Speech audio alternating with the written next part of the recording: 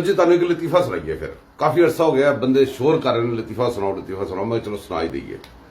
एडे होंदे ना इमरान डू असल सारे अमीर तरीन लोग होंगे। क्यों अमीर तरीन होंगे ने? दो ही कैटागरी ने। सब तो पहले तो कादे अंडू ने, उस तो बाद इन्हों के गए ने करप्ट अफीसर जोड़े बड़ी बड़ी सीटां ते बैठे ने। वो पैसा बड़ा कमाते हैं। उन्होंने बच्चे बीबियां खुला पैसा होंगे तो अफारे होंगे ने। अफारे होकर फिर वो बाहर निकल आदियां ने, पुठे सीधी हरकतां करदियां ने। जिस तरह हुण पीटीआई बन गई है। एक ऐसे पीटीआई का बंदा सी, मुंडा सी, ते उनदा एक पटवारी दोस्त बचपन का स्कूल दे इकट्ठे पढ़ते सी। पटवारी बेचारा गरीब सी ते जिहड़ा वो मरांडू सी वो तो अमीर सी।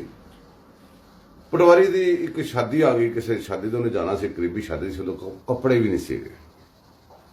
जिहड़ा इमरान से उन्हें कहा यार तू मेरा बचपन का दोस्त है तो मेरा सूट लैके जा, उन्हें पा, बड़ा बेहतरीन सूट है। दोनों का साइज भी कुछ सी। उन्हें सूट लिया, सूट पाया, सूट पा के शादी चला गया। बड़ा इंजॉय की शादी। वापस आया धो सुहा के इस्त्री करके पैक करके अपने इमरान दोस्त के घर उन्होंने कहता यार वापस ले लै। मैं वापस करना आया।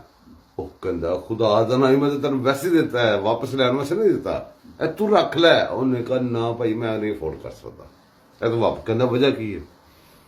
कहता जदों भी मैं सूट पाना, कभी मैनू मां ने चाहता दिल करता, कभी भैन ने चाहता दिल करता।